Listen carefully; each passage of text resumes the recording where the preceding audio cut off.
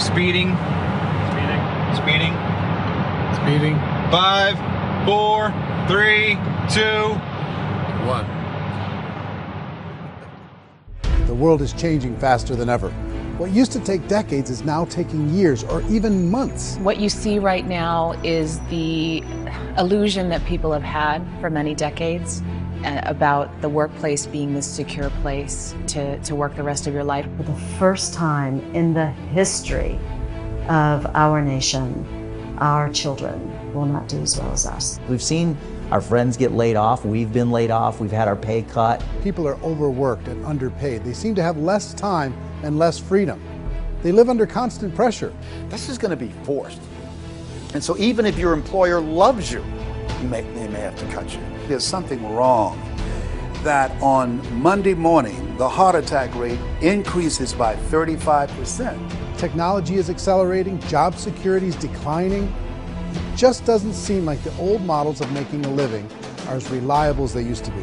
Every aspect of our lives, there's a better way out there, but we're still doing it the old way. We live in the greatest country on the planet, and there are a lot of people sitting around complaining and being cynical. Like everyone's whining about this old model, and I'm like, why don't you leave it? Look at all this over here. Look at all this opportunity. Since so much of our lives revolve around our work and the way we make our living, many people are thinking there just has to be a better way. The biggest challenge facing our world today is not making money, is what are we going to do with all the displaced, unemployed people? People are afraid that they're going to make the wrong decision. People are afraid of the unknown. People are afraid that maybe I don't have the skills. Hey, sports fans, industrial age is over. It's dead. It's dying. That's why going to school to get a job is an obsolete idea. A steady paycheck is an industrial age idea.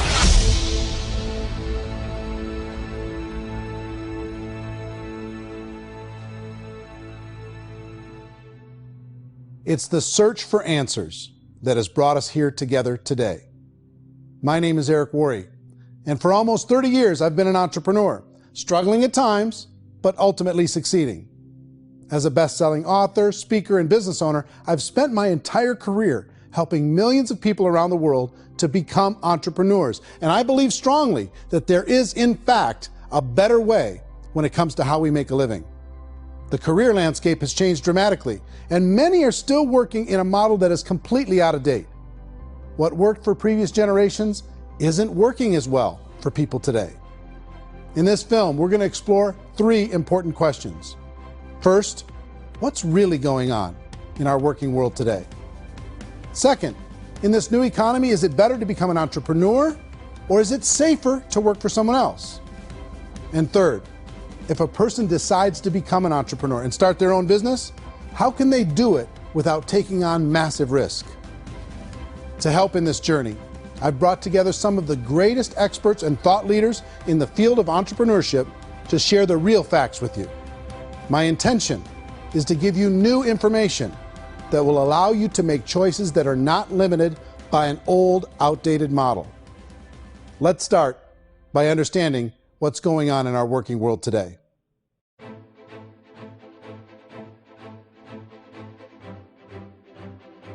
Let's look at unemployment. 30–40% of the people are honestly not working, but would be working. What our government does is if you haven't found a job in 6 months, we don't call you unemployed. We pretend you dropped out of the labor force. I've often said that unemployment, particularly structural unemployment, that's unemployment due to technological changes, is the first sign of economic growth. Think of it, 10 people live on an island. They go out every day and fish. One day, new technology shows up. A missionary brings them a net. Now, using the net, one pilots the boat, one throws the net. 2 fishermen can do all the work 10 used to. That's a 500% increase in productivity, 2 doing the work of 10, in one day. You don't have to learn a lot to learn how to throw a net instead of throw a fishing line. The island's got a big problem, 80% unemployment. But the island still has all the wealth of the fish because the 2 people produce as much fish as 10 did. Now, of course, looking back in history, these changes used to take thousands of years. And during that time, we went into farming and transportation. Some of us became doctors and some teachers and lawyers, and we developed all these new professions and new manufacturing jobs. Today, these changes are occurring literally in one day when a new technological advance occurs, and we don't have the social structures to deal with it or to retrain the unemployed people. So one of the things that I think is interesting as I travel across the country and really travel around the world is the way that we work and the way we get paid for work is changing pretty dramatically. On a global basis, everything is being turned upside down because of the rapidly advancing technologies. They are eliminating many jobs, and we have been left with many people not prepared for the jobs that exist. A lot of demand in public companies was to squeeze out all the fat and to get just as much margin as we possibly could, and fat equals humans. So this idea of job security in information age is so obsolete, but it's still taught inside our school system, and that's where the problem starts. There's no financial education in the school system, and people are still trained to be employees to work for that paycheck. This is a chart on the middle class. What's happening in the middle class, those that went to school, their incomes have been coming down for years. And parents still say to their kids, go to school, get a job. Now what happens to all those middle class people who are dropping off the ends of the chart? Well, they become what's called working poor. And this is what happens to working poor. But they say poverty is ending. Well, poverty may be ending, but working poverty is going up. And this is food stamp usage. So food stamp usage in America is going through the roof right now, because people cannot earn what they call a living wage. Most people have experienced financial pressures that I think are probably greater than they have been in the past. If you're not working for yourself, then it's going to be a pretty hard road for a lot of people. Today, if you're going to control your future, the 40-40 plan is gone, where you can graduate from college and get a job and work for 40 hours a week for 40 years. That day is gone. So some of these charts actually tell you what's going on. And this is a really interesting one, you know. People are going back to school because if I go back to school, I'll get a nice job. But this is what's happening to, it's called Sallie Mae, which is the student loan guys. Student loan is going through the roof. It's now over $1 trillion, and student loan debt is worse than credit card debt. So when people stopped using credit card, the government got people into student loan debt.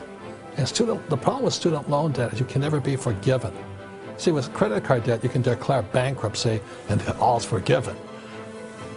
But student loan debt, you can declare bankruptcy, you still owe it.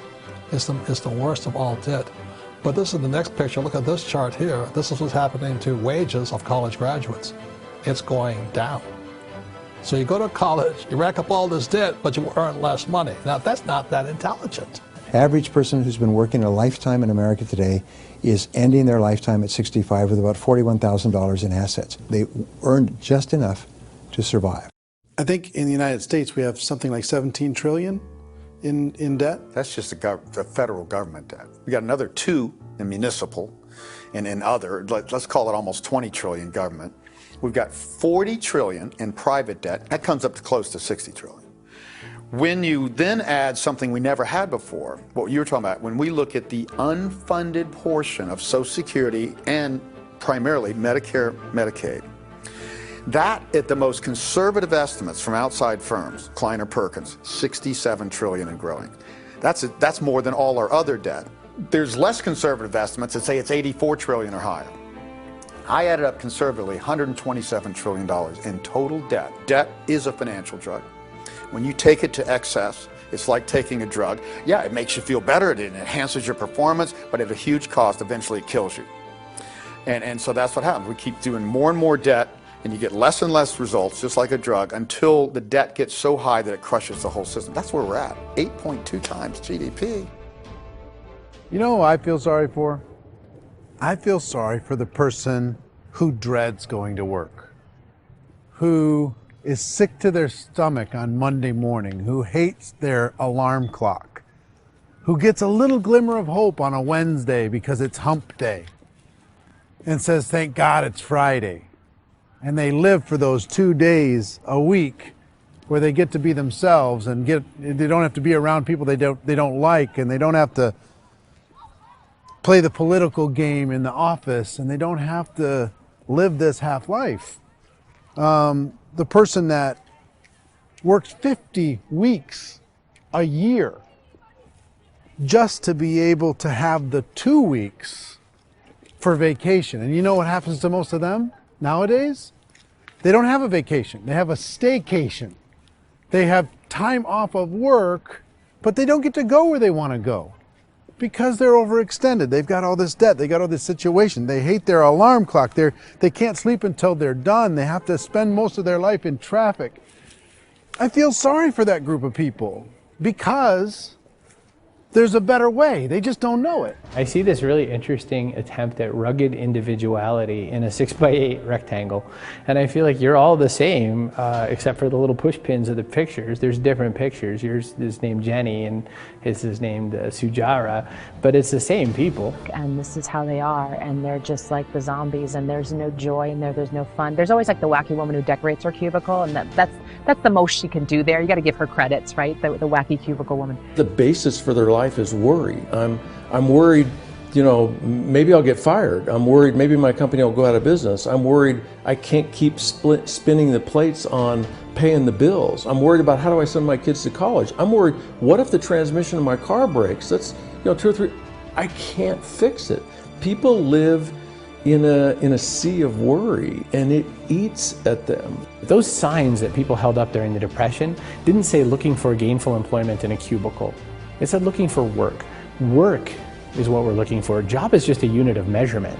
Work is what we're going after. It's time to look in the mirror and say, it's not the economy, it's my economy. It's my little world of where I am. I need to improve. I'm not going to wait for the economy to come back because, frankly, the economy is doing great in this country. So I'm here on Wall Street, the financial center of the universe, the financial capital of the world. This is where most people's money goes to at least be held for a time, right?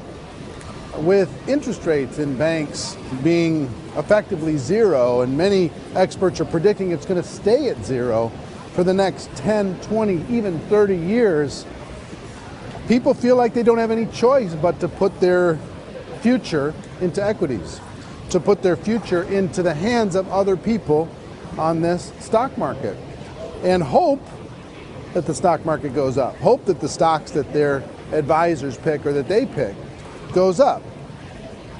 That's one way to go, I guess. It's my personal belief that if you put your future into the hands of yourself, in other words, you have earning power by yourself, I think you're a better investment than these guys. I think you controlling your future is a better option than handing over your retirement to these guys. The average household income in the United States is approximately $50,000 a year, what they call the middle class. To reach the top 25% of income earners, you'd need to earn at least $90,000 a year. To reach the top 10% would be a household income of $140,000, the top 5%, $190,000, and to be in the top 1%, you'd need a combined household income of at least $380,000 a year. So here's the question. What do you think would give you the best chance to move up and get to the top 10%, the top 5%, the top 1% or beyond? In my opinion, and in the opinion of many, many experts, the answer is to become an entrepreneur, to become your own boss. I think you have to be a business owner. I can't, the only time I ever say to someone it'd be great to be an employee is when they've already told me they've surrendered. I only tell people who are wounded spiritually that they should be an employee. And it's that feeling that you get when you pick up the backpack off the little Cub Scout and say, "Don't worry, little guy, we'll get you back to the camp." You know, it is in no way a kindness when I tell someone they'd be a great employee. The other status symbol really increasingly is lifestyle. And people can own their own business, maybe even work out of their house. That, I tell you, people admire that. Like, gosh, I wish I could do that. The spirit of the entrepreneur is to be a risk taker and to be resourceful and unstoppable and to have a vision of yourself beyond where you are and not willing to settle for life as it is. Think about the great entrepreneurs. They're visionary. They have heart. They're willing to do today what others won't so they can do tomorrow what others can't. Personally, I don't think of the new economy, the old economy. I create my own economy. The entrepreneur's in control. I decide what the economy is going to be like. In the world of entrepreneurship, there are no limits. You can make as much as you want. depending on how much you want to work and how smart you are and how great a team you put together. There's no more lifetime rewarding business than being an entrepreneur. Why in America, where anyone could be anything, would people want to give up their freedom and become effectively a modern-day slave, told shut up and be here every morning at 7:30, leave at 5:30, and do what I tell you? If people decide to become an entrepreneur and work for themselves, they have some traditional options, but they're riskier than you might think. Any kind of a retail business, retail build-outs, is extremely expensive. Even just these small little yogurt stores where they're putting little yogurt machines and you get all the different flavors, you're spending $200,000, $300,000, $400,000 to open a yogurt shop. I would love to buy a Dunkin' Donuts, but it's $500,000 or so to start. I don't quite have that just-in-case money. Risking lose it all, and most guys do 2 or 3 times, and even big guys like Branson, because I'm such a fan of his, half his companies don't work. If you make $1 million, your problems are going to go. If you make $1 billion, your problems are really going to go. Just the opposite. You and I know when you're making $1 million, you get $1 million responsibilities. You make $1 billion, you got 1,000 times $1 million responsibilities. And most people say, I'd love to be my own boss. 70% of Americans would love to be their own boss, according to recent polls. But they don't know how to get there. Because what are you going to do? One, you could buy an existing business. If somebody's selling an existing business, you have to ask why. Usually because it's probably hard. It's probably not making as much money as they hope. 2, they could buy a franchise. A little less risk, proven system, but it's expensive to be able to do that. 3, they could start something from scratch. And that's where a lot of people feel like, I don't have the chops to do it. I don't have the money. I don't have the product idea. I don't have the expertise. I don't have whatever it's going to take to be able to get there, and I can't risk my family to do it. So, 4th, they could become an investor. A lot of people in this town invest to try and figure out a way, but you got to be pretty smart with that game too, right? Venture capitalists, who are the very best and most sophisticated in investing in new breakthrough businesses, make it on 1 out of 11. That means 10 out of 11 are mediocre or fail. Most of them fail. That's the risk there. An angel investor is lucky to get 1 out of 15 or 20. A business is a team sport. Like, I have to have accountants, I have to have engineers, I have to have system designers, I have to have sales, marketing, I have to have accounting, I have to have mission statements, I have to have legal and all that. The average Joe Schmo, even me, I go out there, I don't have the skills to put a business together. I think the bottom line for the 4 traditional options is they take money, sometimes a lot of it. They take expertise, and they take time. All of that adds up to just too much risk for most people. I bought a business from somebody else and it was a lot of work, and you start wondering, what did I just buy? Because I guess ultimately I own your email list and I just overpaid for it. People that start their own business, they spend a lot of money, they spend a lot of time, a lot of effort to get things started. And the more you invest on the upfront, the harder you typically work at it. I can tell you what the success rate is of a restaurant. What is it? They're crazy enough. About 90% of them fail. About 90%, in how quickly? Year or less. Wow. And if we're talking non-franchise, we're talking franchise, Sure. That's totally different. Yeah. But our students aren't getting franchise restaurants. You gotta invest big money. Exactly. And with someone like McDonald's, you've had to work with the company for a long period of time, really know the Even have a business. chance of investing $1 million. Have a chance, and it's a slim chance. What if there was a way that you had all the proven aspects, the comfort aspects, and you could still control your own life? What if there was both? In other words, you didn't have to create everything from scratch. You didn't have to be a super leader. All you had to do, what if there was a proven product already? You didn't have to create the product. And there's a proven system already, proven training already. Everything except an employer. That was the only thing that you didn't have. Do you think more people would be open to working for themselves in that environment?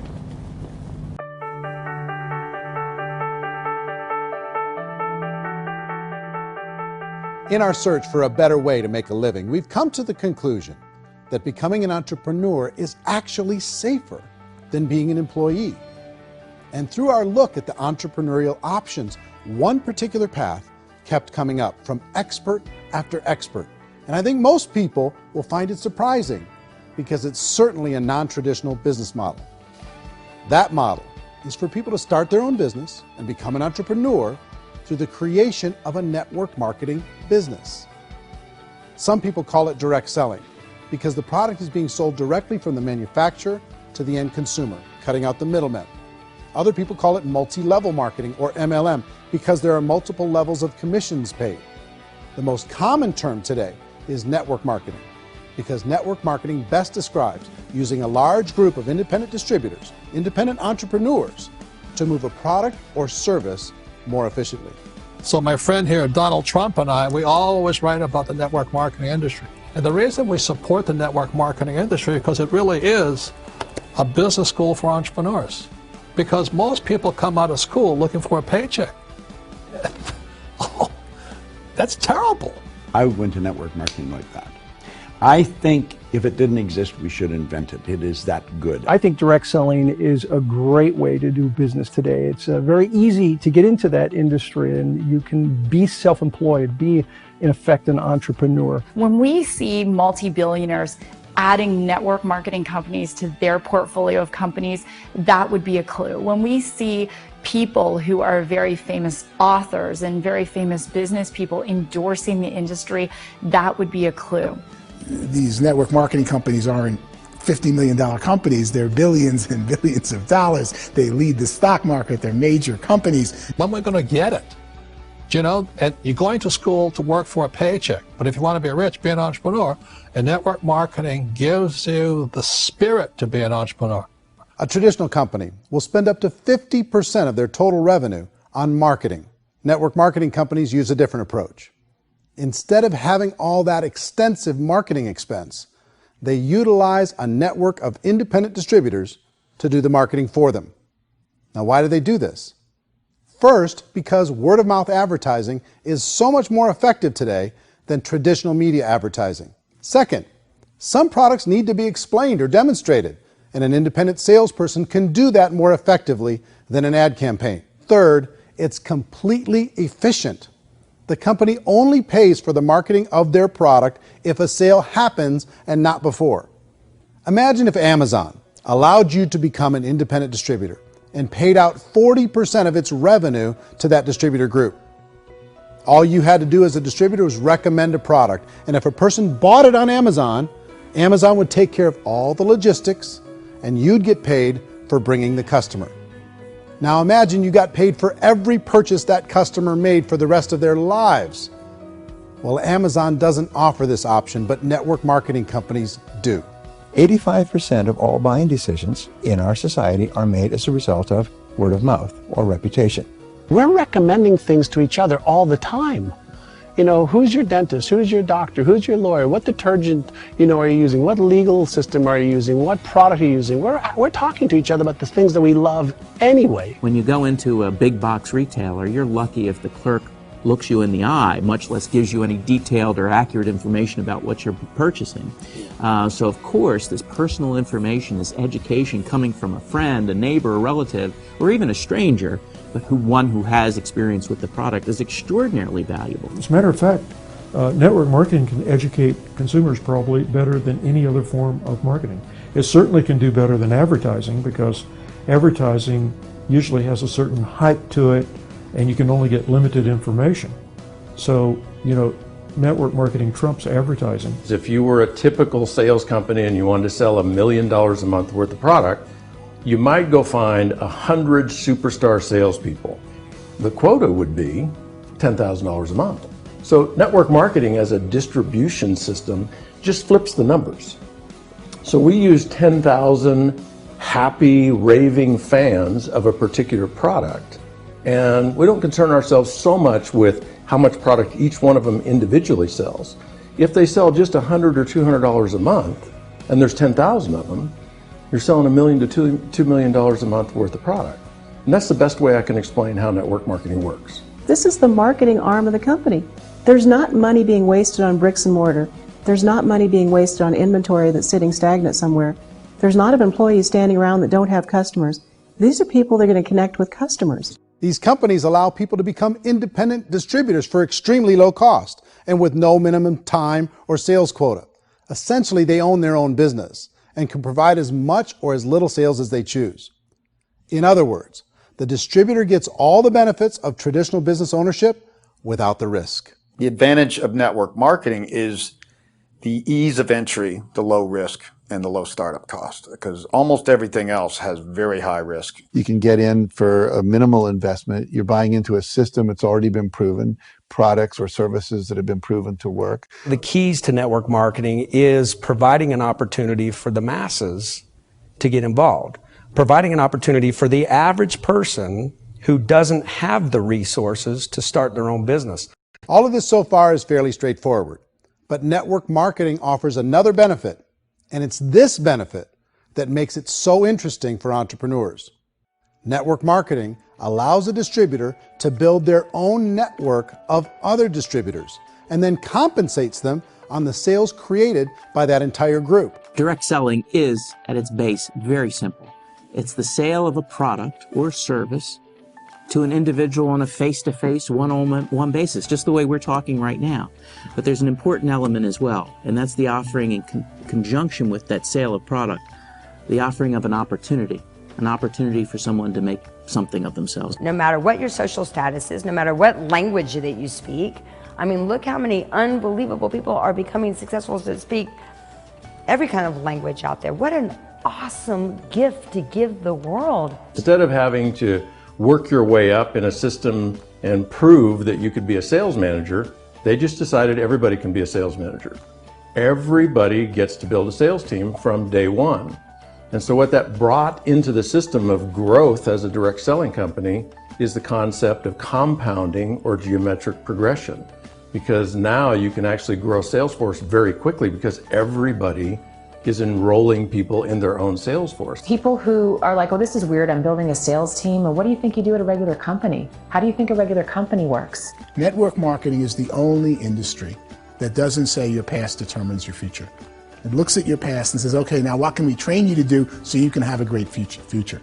Every other employer out there wants to exploit you for what you already know, not teach you something new. Network marketing has the potential to save the United States and the world, because it's going to teach people not to be employees, but to be entrepreneurs.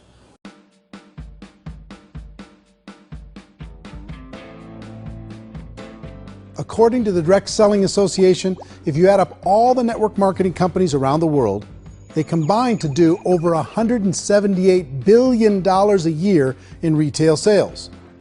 To give you an idea of how big that really is, the NFL, the National Football League, does approximately $9 billion a year. The music industry does a little more than $16 billion a year, and the movie industry does about $80 billion a year. Using a conservative average, network marketing companies pay their distributors about 40% of that $178 billion in the form of commissions, which adds up to more than $71 billion a year. That's almost $6 billion a month. It's almost $200 million in commissions every single day. So it's certainly working, and people are making serious money in network marketing. With the growth of the direct selling industry over the last 10, 15, 20 years, we've seen a broader understanding of the channel. We have seen more and more people getting involved in the business, so our penetration in the marketplace has increased, and thus the understanding in the marketplace of who we are has increased. And we've seen non-direct selling companies look at the direct selling model and say, something's going on there. People are making money, companies are being profitable, individuals are being motivated, product is being delivered to market. Maybe we should explore this. Some people think only the people at the top make money. Well, let's take a look at that as well. In the network marketing profession, there are roughly 500 people in the world who earn over $1 million a year. If you round that number up to $2 million a year, that adds up to about $1 billion a year. That takes the $71 billion paid out each year down to $70 billion. So where does the rest of the money go? The vast majority goes to part-time people making anywhere from a few $100s a month to many thousands of dollars a month. It goes to people who choose to make it a full-time career move and earning even more than that. Every day, people are using the money they earn through network marketing to pay off debt, have more fun, and improve the quality of their lives. Everyone I know in network marketing has been doing that since the 50s. They go to work when they want to go to work. They stop working when they want to take time with their children to have a leisurely breakfast and discuss issues and driving to school. They go back to work when they get home, wherever they're working out of. The biggest thing that I've seen is people that have become much happier in their life. MLM has probably made more millionaires of more people in more countries, and I've spoken to them in 67 countries, than any other single form of business, starting from nothing. If they have a choice between working a job for the next 10 years or working a network marketing business for the next 10 years, the result of working the network marketing business will be better. A lot of people within the industry go on and make this a career and do extremely well at it. Network marketing has been nothing but good for everyone I know that's been involved with it because they did it seriously and they played full out and they've been very successful. It's been a constant barrage of success stories and people showing off stuff they got as a result of it. How many people are involved? Approximately 16 million Americans and 96 million people around the world are currently participating in network marketing. And in a recent poll, 82% of those people report a good, very good, or excellent experience with network marketing. So people are happy.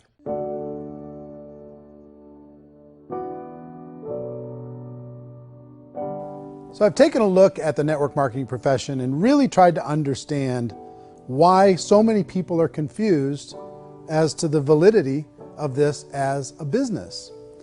One is this pyramid shape. People get really messed up with this pyramid. Oh, it's one of those pyramid things. So I just think there are a lot of haters out there who really don't understand the industry and say, oh, it's a get-rich-quick scheme. It's a pyramid. Well, corporate America is a pyramid scheme. You know what I mean? It goes like this. You have thousands of MBAs, let's say working for Ford or General Motors or Coca-Cola. If all these MBAs, they're all trying to get to here, that's a pyramid. Only one guy's going to make it. Every 10 years, one's going to make it. Whereas you look at network marketing, it's like this. So you're here, and your job is to develop other CEOs coming up behind you. So it's an inverse pyramid. In network marketing, it's a very simple concept. If you sell product, you get paid. It is paid based on production. There is no first mover's advantage. There is no investment component where the more somebody spends, the more they're entitled to make. So the two are polar opposites of each other. It doesn't matter what shape the company is or the compensation plan is shaped, whether it's a circle or a pyramid or a triangle or a trapezoid, it doesn't matter. If compensation is coming primarily from recruitment, then you've got a problem. On the other hand, if an operation is basing their compensation to participants on the basis of sales, even when those sales are generated by people you've recruited, well, then you're a perfectly legitimate enterprise. That's the legal test, it's the practical test. Another issue that's been true in the past that is no longer true now is people used to be in network marketing loaded up with products that they couldn't sell and they ended up a loser. They ended up with a bunch of product in their garage, they ended up with a bunch of products sitting in their kitchen shelves or whatever, and they thought they could sell it and then they weren't willing to or able to sell it and they ended up with a bunch of stuff and they were bitter about it. There was this thing called front loading where you had to buy if you bought $25,000 worth of product, you got better commissions and all this. Today, it's almost all done by computer. It's direct mail comes from a warehouse somewhere else. You don't have to have all this inventory. You don't have to stock up. It's a paperless world now. Most of it's done online. You have a back office. It really works. And I mean, the technology has changed everything. Third issue is people start talking about 99% of people in network marketing don't make any money. Well, we've talked about that over the course of this journey together. Almost $200 million a day is being paid out to network marketing distributors around the world. The naysayers, the people who say that it doesn't work, are usually the ones who just don't know how to make it work for themselves. And so they're giving you an opinion, and I tell people, don't confuse people's opinions with expertise, because opinions are free. And don't confuse sincerity with the truth, because people can be sincerely wrong. But here's the reality inside of network marketing. The vast majority of people that get involved in network marketing just become customers, and they get involved to be able to purchase product at a lower price. If you take Costco as an example, if a person goes into Costco and gets a membership to Costco so they can get a lower price on the product, we don't call that person a loser because they have a bunch of product that they walked out with with a smile on their face. Yet when some people want to take a look at network marketing, they say, well, those people, they're just using the product and they aren't earning an income, so they must be a loser. They're not a loser, they're a happy customer. That's the vast majority of people that are involved in network marketing. Now, a smaller percentage of those people decide to go build a business. They earn $300 a month, $500 a month, $1,000, $2,000. That's the bulk of earnings in network marketing. And then there's the few that really decide to take it serious, really decide to build a large network, really work to make that network very, very productive. And those people make huge amounts of money and there's no cap. What I do as an outside economist, just somebody looking at this industry like any other industry I speak and say, look, what's the realities of this? 1% do incredibly well. 10% generate some additional income at pretty low risk and effort, that's fine. And 90% of people roughly end up customers. One thing that I think is real when it comes to people's perceptions about network marketing is people put this, and distributors, I think, involved in network marketing have some responsibility for this. They have sometimes unrealistic claims about the product or about the income. Most people who become distributors, they want the money, they want to be successful, but they don't have the skills. They don't know what to do. And when people don't know what to do and they're in a new business, they're scared. And when they're scared, they panic and desperation kind of sets in. So they think everyone they talk to has to get in. So if I talk to you and you say, well, no, I don't have time to do that, they're like, no, I need you. You have to do this or I won't be successful. So I start clawing on you. I start that desperation. So then I start making claims about the product, which are not appropriate, probably not even true. Or I start saying, oh, let me show you how you can make all this money and you don't have to do anything, Eric. And so you just totally misrepresent the opportunity, and you're clingy with people because you think you need everybody to be successful, and you don't. You know, one of the messages that I try to deliver most forcefully to companies as well as salespeople in direct selling is that you don't have to overpromise. The reality is in network marketing, there's a lot of hard work involved. There's a lot of effort. You're going to have to develop yourself. It's a business like anything else. It's going to take some time, but in my opinion, it's better.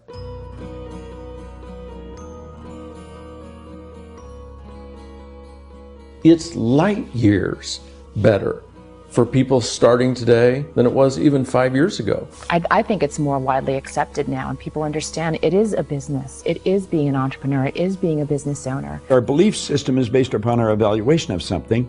And frequently, if we reevaluate a situation, our belief about that situation will change. The industry has changed and it's grown up. It's totally transformed. You've got young people today that have grown up with social media, and they understand networks. They understand how people are connected through technology, and they understand how money flows through those networks.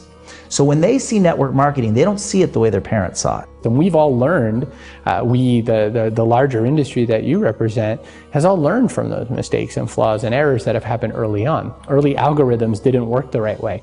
That's all fixed. It's like when they design a computer program, they design the program, then they run it, and then they go back through and they debug it. The MLM industry has been debugged. This is the day of being virtual, being able to run a business from your mobile phone. I mean, it's incredible. Companies are getting smarter. They're implementing more consumer protections. They're implementing more compliance training. They're doing more with respect to product research. If you do get involved and you make purchases of inventory, even on a voluntary basis, if you decide that this business is not for you, you can leave and have that inventory repurchased by the company. There's no other business that offers that kind of protection on a voluntary, self-regulatory basis.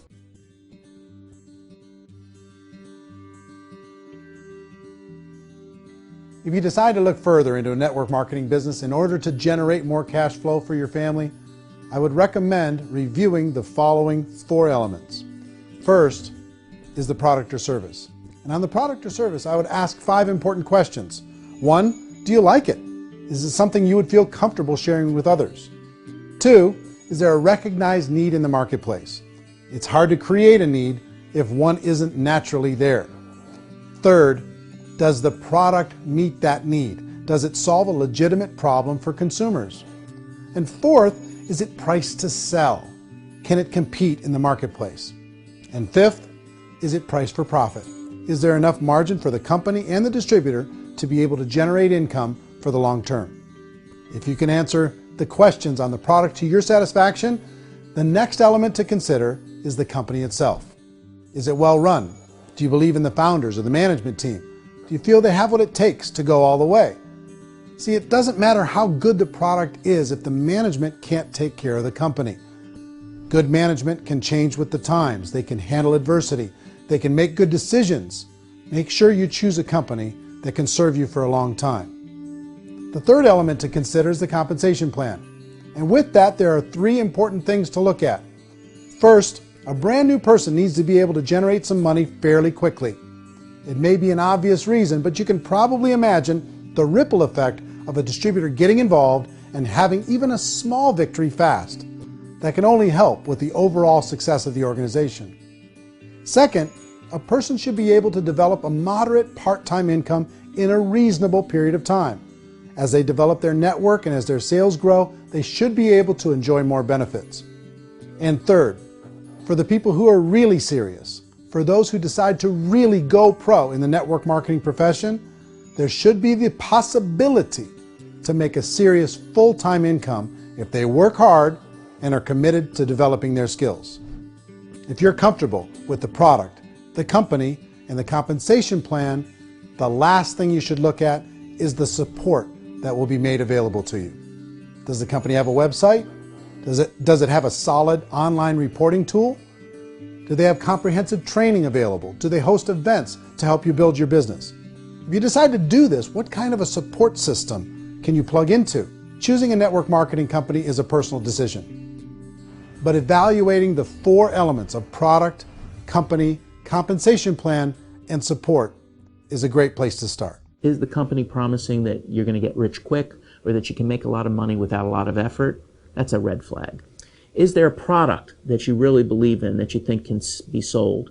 Or are you being told by salespeople or the person who's trying to recruit you or by the company itself that don't worry about the product, all you have to do is recruit other people into the business? Red flag, warning sign. If you're hearing that, take a second or even a third look. Get to know the customers, the products, the business, have some success, and see where the opportunities might take you to move up in the organization. You want to find out how concerned are they about my education, my training, and my development? Is there a space for me to grow? Most important question. Learn everything that you can about the product. Make sure it's something that you believe in, and learn everything you can about the industry and work that system. You have to be very passionate about whatever that company is doing. I would get involved. You can always test drive anything, you know, the product, the service, the community, and then lean into it a bit. If it feels good, then lean into it a lot. Behind me is the Lincoln Memorial. And this is a place where Martin Luther King Jr. had his famous "I Have a Dream" speech. And at that speech, he talked about his dream for equality for everyone around the world, and that's a noble dream. But I think more people need to remember what it was like when they were kids and the dream was still alive in them. Before it got beaten out of them by reality, by this paycheck, by these responsibilities, and by having to live for this job to pay the bills. I think people need to remember that, go back to that. Once they know that there's a better way, I think their future is going to be much brighter. They can live a better life.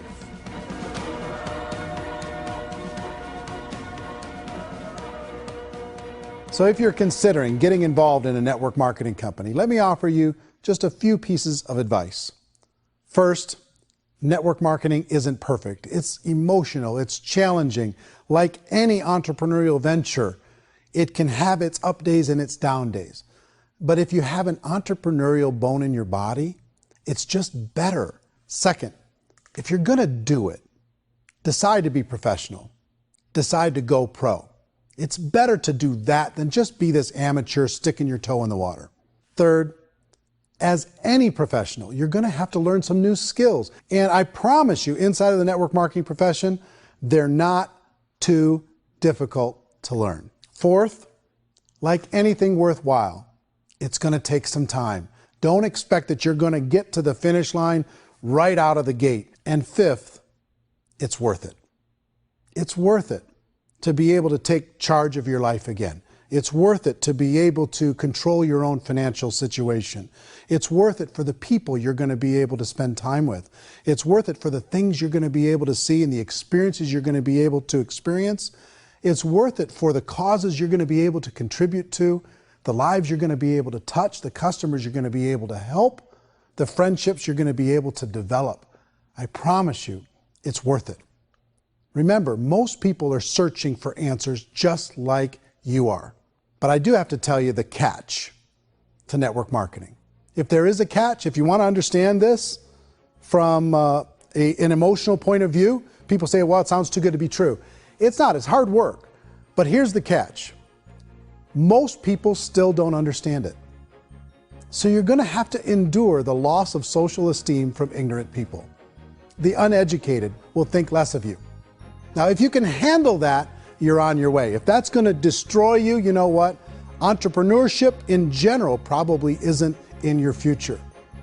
If you can face that catch, you can become unstoppable. I want everyone to really contemplate this if they're not in network marketing. You're in a job, you probably have a mortgage, you have rent, you have debt, whatever's going on. You're in a prison. You work just hard enough to keep them from firing you, and they pay you just enough to keep you from quitting. Come on! I've been there, done that, and bought that t-shirt. In network marketing, if you run into failure, it's really just a homework lesson for yourself. There's no one to blame. You really have no excuse not to be successful. You just don't. People don't want to hear that, but there's so much available to you. If you want to be a good network marketer, be a student to the people above you, be a fellow traveler to the people on the same level, and be a teacher to those below, and know when it's appropriate to do which.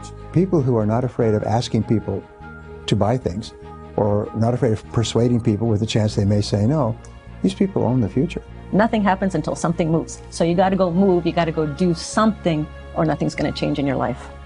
In the beginning, you're going to do a lot of things that you don't get paid for. But as you go down the road, you get paid for a lot of things that you don't do. And your job is rehabilitate the spirit, the entrepreneur spirit in all of us. Get it back. Either give it a strong yes or a strong no, but no wishy-washy, dilly-dally stuff in the middle. There's dreams and there are nightmares, but I believe that the biggest nightmare of all is when you don't pursue your dream. You're going to see some monumental growth in this profession. It's an exciting, exciting time to be involved with the network marketing profession. The next 10 years, I see just exponential growth. When that tipping point comes, it's not a matter of asking somebody, have you ever heard about network marketing? You're really asking them, which company are you building your wealth in? We are here to fix the world, to improve relationships with other people, to improve other lives. And the real reward comes as an entrepreneur at any level from teaching somebody something and watching them soar. There is no greater reward.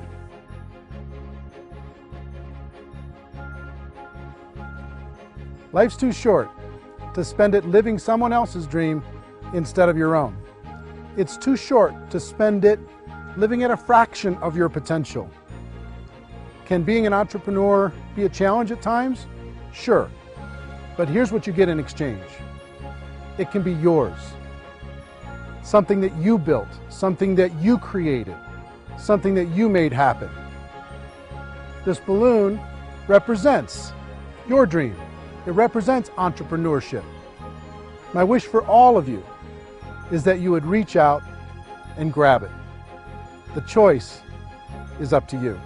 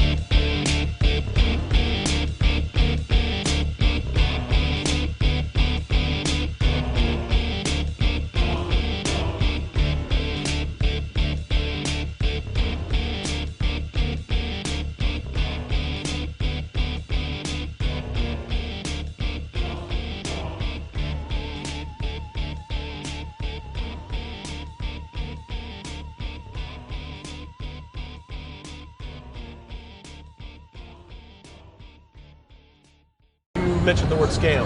Why did you mention the word scam? The only reason it is a scam is because